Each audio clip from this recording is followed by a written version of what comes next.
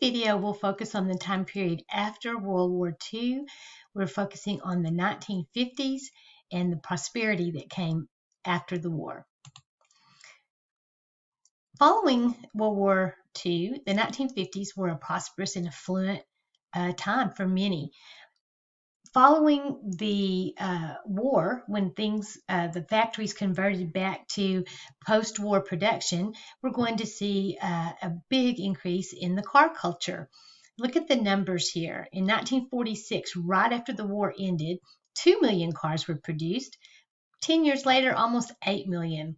The percentage of families that owned a car jumped a lot during this time period as well. There were plenty of advertising, including ads that told us that we all needed a new car every 2 years, and a lot of people were able to do that. This particular car over here is a classic. I remember seeing pictures of my family, some of my family members who owned these cars. I can remember a couple of cars in our family in the pictures that I've seen. So this particular car, I'm sure some of you have seen it, and it is a classic. The veterans that came back from World War II were known as the GI generation. You might remember that after the First World War, the U.S. veterans that came back were promised a bonus that they really needed during the Great Depression. Well, we wanted to make sure that something like that didn't happen again, all right? So we paid attention to the problems that started after World War II. For example, things like, where would millions of veterans find work? Where would they live? What would happen to our economy if we weren't spending on the military?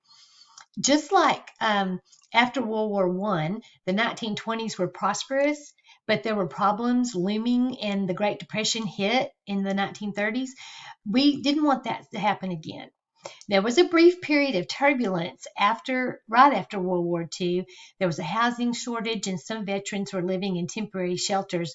So the government tried to do something about that. They wanted to avoid the same kind of problems that had happened after World War I. So they passed something called the Servicemen's Readjustment Act. It's also nicknamed the GI Bill. And this particular law provided college for veterans that came back. It offered unemployment pay for a year. It helped them get back on their feet, helped them get loans to start small businesses, helped them purchase homes. And this all contributed to the growth of the middle class. A college degree, which used to be that only the elite could afford to go to college, now more people could go because the GI Bill helped them pay for it. This helped to bring our returning GIs back into civilian life, to acclimate them back into the United States. And it helped boost the economy as well. So the results of the GI Bill: education benefits and home ownership. Millions of young men were able to go to college. My father was one of those young men. He was able to go to college on the GI Bill. The result of that is going to be that universities are going to grow. A lot of veterans, like my dad, went into a white-collar career rather than a blue-collar job. And people like me, the child of a veteran, I grew up in a middle-class home, and college was just an expectation. I just expected to be able to go to college. My parents also bought their first home with a loan. They were able to get a loan to purchase their first home through this GI Bill. We're going to see that homes are going to be built. There's going to be a need for homes. It's going to lead to the growth of suburbs. The middle class will grow. We're going to see a highway system that's going to be developed to help people be able to get between their homes in the suburbs and their jobs in the cities. And we're going to see that some inner cities might begin to deteriorate because of this. After World War II, there was a baby boom. You've all heard of the boomers, right? Well, the American birth rate exploded after World War II. Look at the statistics over here. This post-war period was nicknamed the baby boom. A lot of the parents were older couples who had postponed marriage, postponed starting a family because of the Depression and because of the war. But with things looking up in the 1950s, a lot of people felt more confident about the future. And that may have contributed to why families were growing. Look at this graph. Here's our baby boomer years right here, and look at the numbers. Contributing factors here, more young couples were getting married.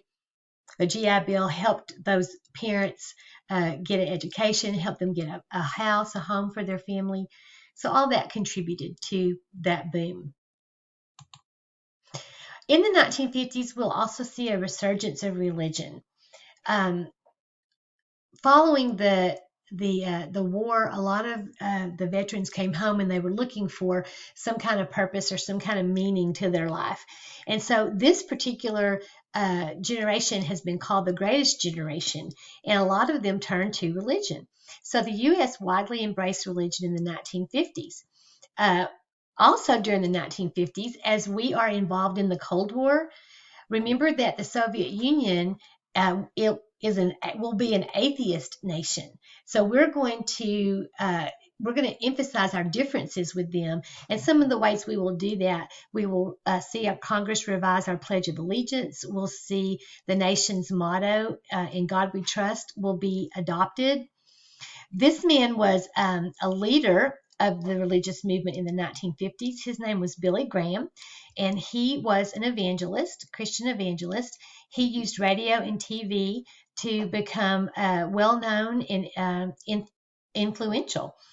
He was probably the most influential Protestant preacher of the 20th century.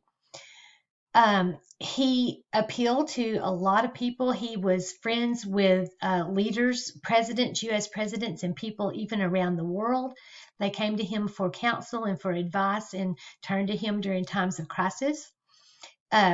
Billy Graham supported the civil rights movement. He was a friend with Martin Luther King. And he was, again, well known, and he only recently passed away. Look at look at the numbers of church membership. Look how that grew during the 1950s. A lot of the preachers found that a new medium, you might say, with television, and they were using TV to reach people. And here are some other names that you may hear about: Bishop Fulton J. Sheen, Norman Vincent Peale, and again, Reverend Billy Graham. Also, during the 1950s, we're going to see the growth of highways in our country. In the 1950s, Dwight Eisenhower, will be elected president. Remember, he was the general from World War II. And during the war, he had seen these super highways in Germany, and he thought that it would be a great thing to have highway system like that here in the United States.